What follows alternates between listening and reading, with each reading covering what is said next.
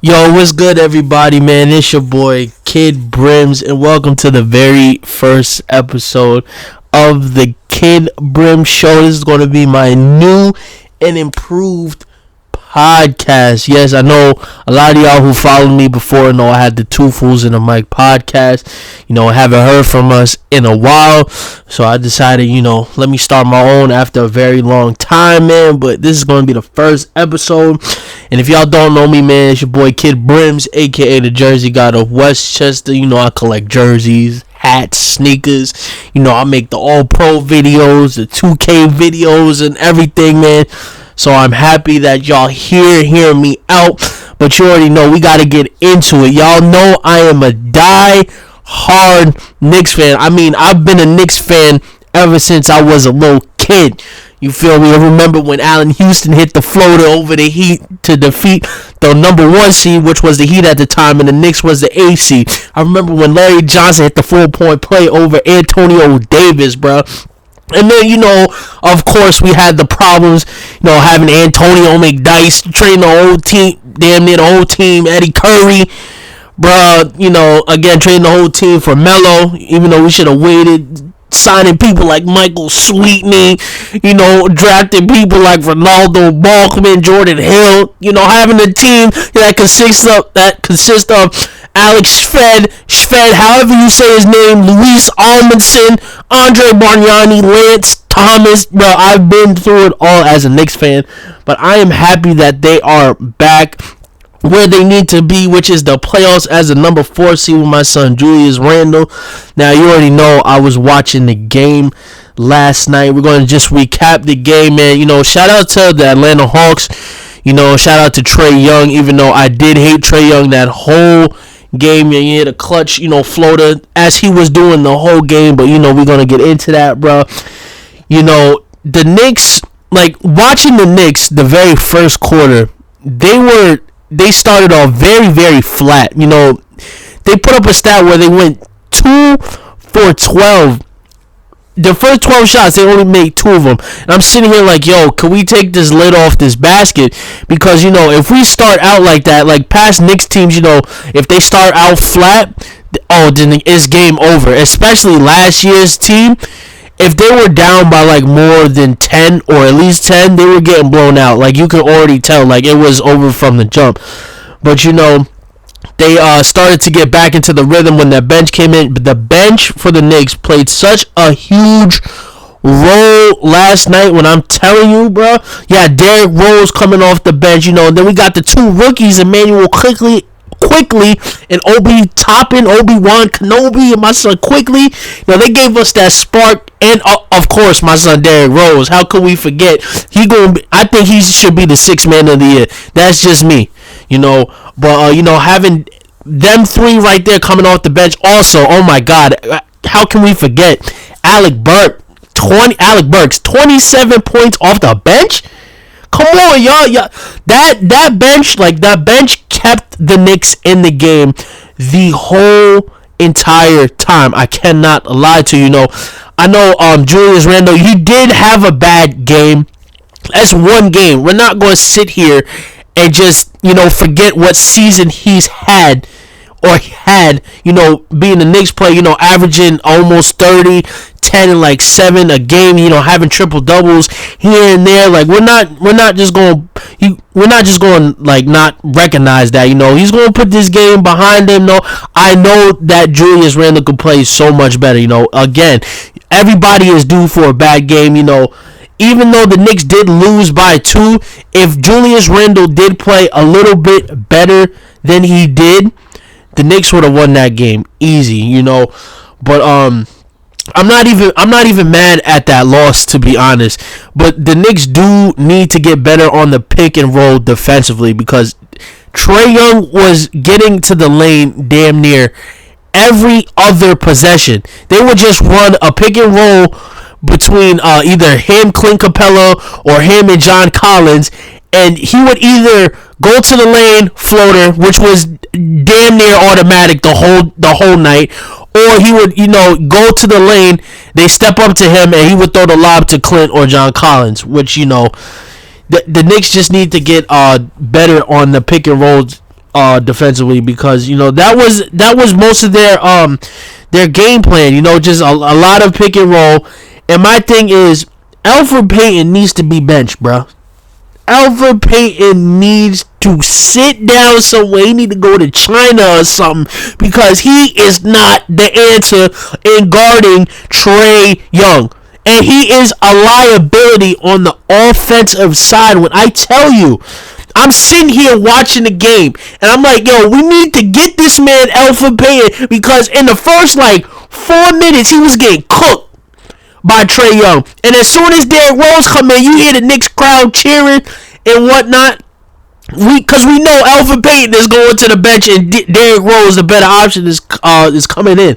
What I think the Knicks should do is, when you play a pick and roll, and I've learned this also in 2K as well, you gotta play size, especially with Trae Young. You have to play a side, because if you just play a side, you're preventing him from going to the lane, but also you have the help on the other side, because if you keep running into the screen, and then the guard, whoever's guarding him, quickly, Ntilikina, Rose, or Payton, whoever's getting hit by the screen, now Trae Young can either float up the ball, like it's on either Taj or Nerlens, to either step up to Trae Young and give up the lob, or just let him just go in there and just float the ball up, And that was pretty much what kept him in the game, was, Trae Young doing what he do, like I said before, going to the lane. And then you have people like, there's so many Monoviches in this game, bro.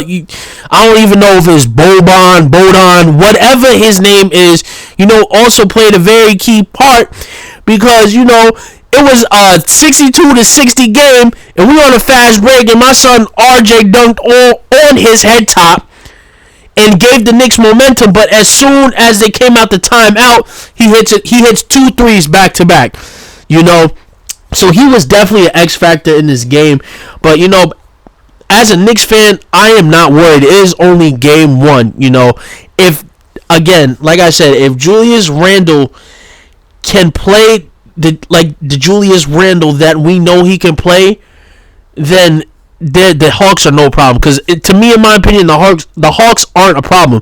We only lost because Julius Randle wasn't playing like the Julius Randle that we know he can be.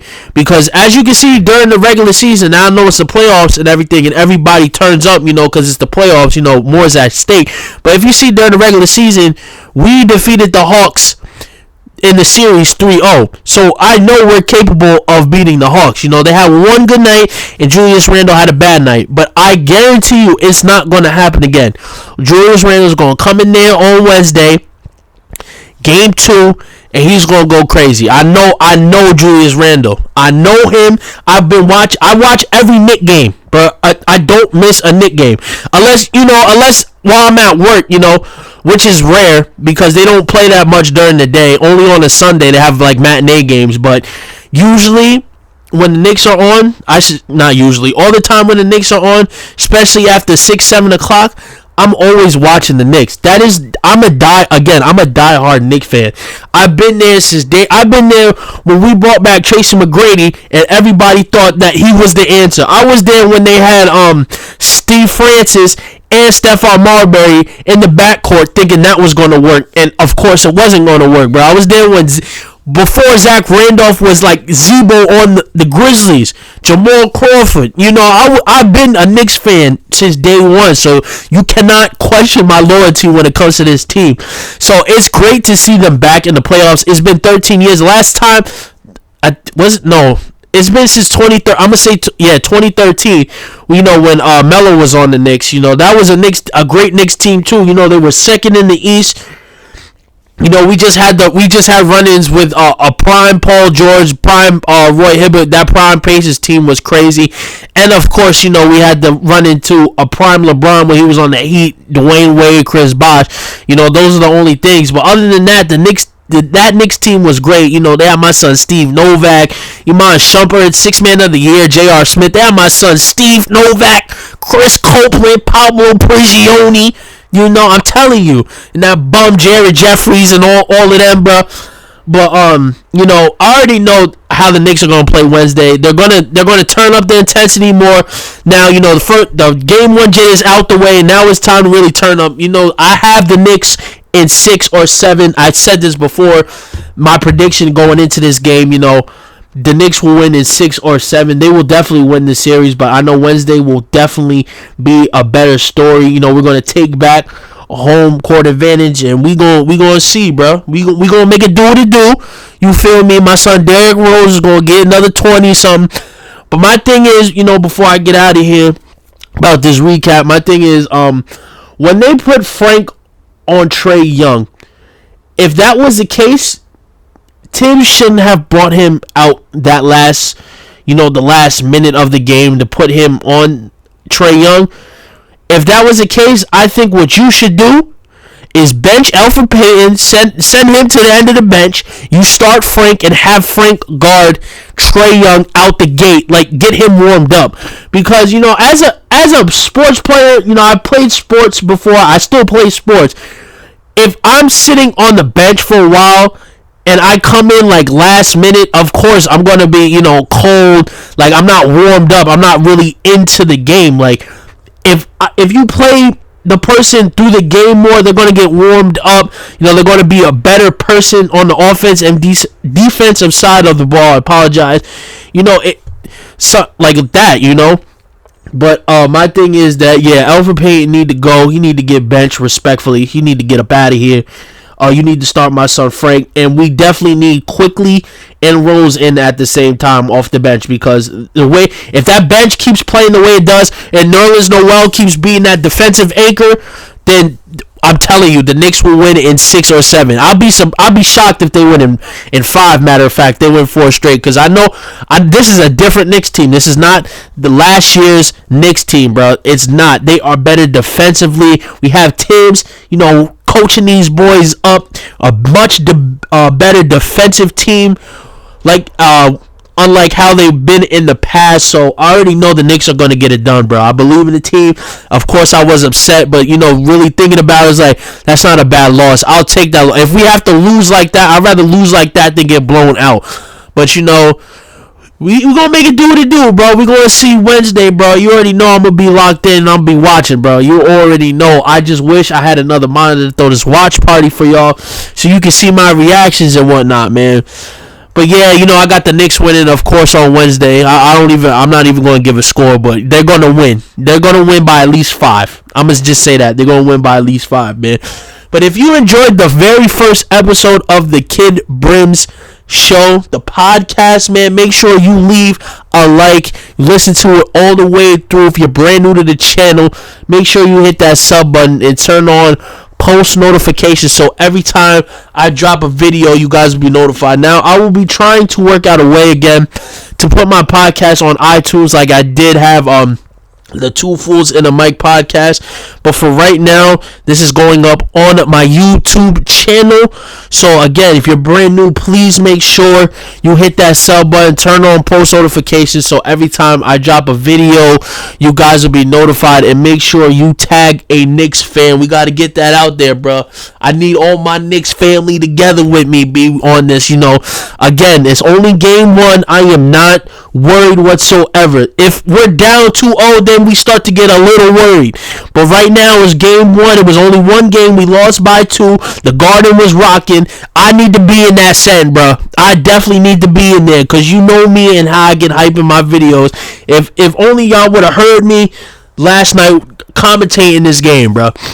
But again, it's your boy KidBrims, aka the Jersey God of Westchester, and I will holla at y'all in the next episode.